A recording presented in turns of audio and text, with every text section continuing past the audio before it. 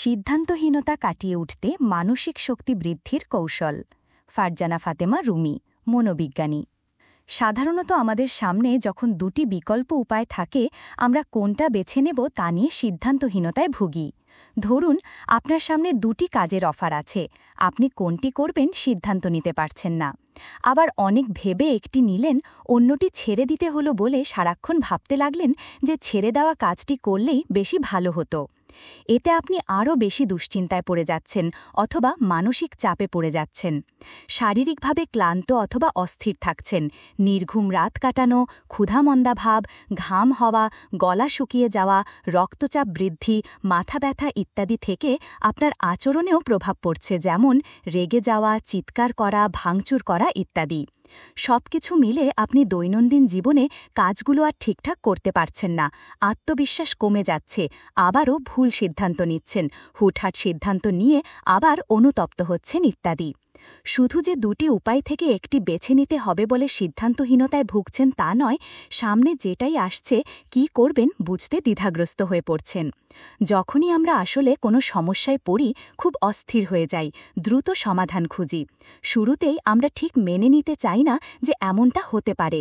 তখন আমরা ডিনায়াল স্টেজে থাকি, ফলে একরকম চাপ অনুভব করি। তারপর নিজের অজান্তেই রেগে যাই, যাকে বলে অ্যাঙ্গার স্টেজ। সমাধানের জন্য পরিচিত অপরিচিত মানুষের কাছে সাহায্য চাই। একই সাথে ভাবতে থাকি, যা করছি ঠিক করছি তো, নতুন কোনো ভুল করছি না তো। একে বলে বার্গেন স্টেজ, যেখানে আমরা নিজেরাই নিজের সাথে বার্গেন বা দর কষাকষি করি। আমরা কোনো সমস্যা হয়েছে শুনলেই চুলচেরা বিচার শুরু করে দেই। আসলে দোষটা কার তা নিয়ে আলোচনা সমালোচনা শুরু করি, যেন সমস্যা হওয়াটা খুব খারাপ ঘটনা, একটি অপরাধ। আমরা এরপর ডিপ্রেশন স্টেজে চলে যাই। আমরা যখন সমস্যাকে গ্রহণ করে নেই, তখন সেটাকে বলে অ্যাকসেপ্টেন্স স্টেজ, আর এই স্টেজ থেকেই হয় সিদ্ধান্ত গ্রহণ এবং সমস্যা সমাধানের শুরু।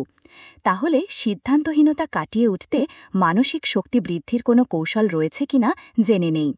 ১. 5 টেকনিক। কোনো কাজ করার আগে সেটা কেন করবেন তা খাতা কলমে 5টি কেনর উত্তর লিখুন। ২. সুবিধা এবং অসুবিধা।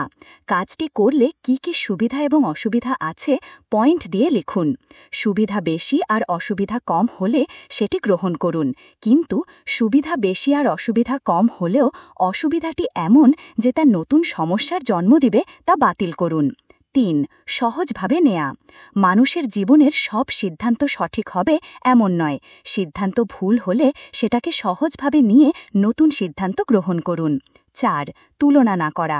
আমার চারপাশে সবাই ভালো আছে, গাড়ি বাড়ি আছে, আর আমার কিচ্ছু নেই, এসব ভেবে নিজেকে ব্যর্থ ভাবা থেকে দূরে থাকুন। ৫. নির্ভরতা কমানো। আমরা সাধারণত শিশুকাল থেকে বাবা মা যা সিদ্ধান্ত নিয়ে দেয় সেভাবেই চলি। নিজের ওপর আস্থা রাখতে শিখি না। বড় হয়েও অন্যের বুদ্ধি দিয়ে কাজ করি। অন্যের ওপর নির্ভর হলে নিজের জন্য কোনটা ভালো মন্দ তা বোঝার ক্ষমতা আর তৈরি হয় না।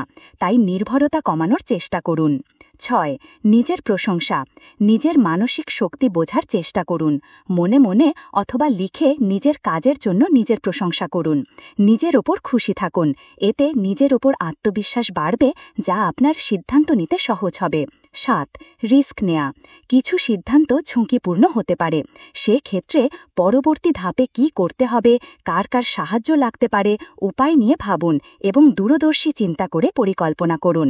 পরিশেষে সবার আগে ভাবতে শিখুন যে আপনি সিদ্ধান্তহীনতা কাটিয়ে উঠেছেন, এখন নিজেই সিদ্ধান্ত নিতে পারেন।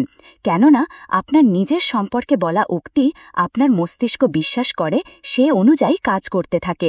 গ্রন্থনা অধ্যাপক মহসিন আলী আঙ্গুর, সম্পাদক ও প্রকাশক মুজিবনগর খবর.com, মেহেরপুর।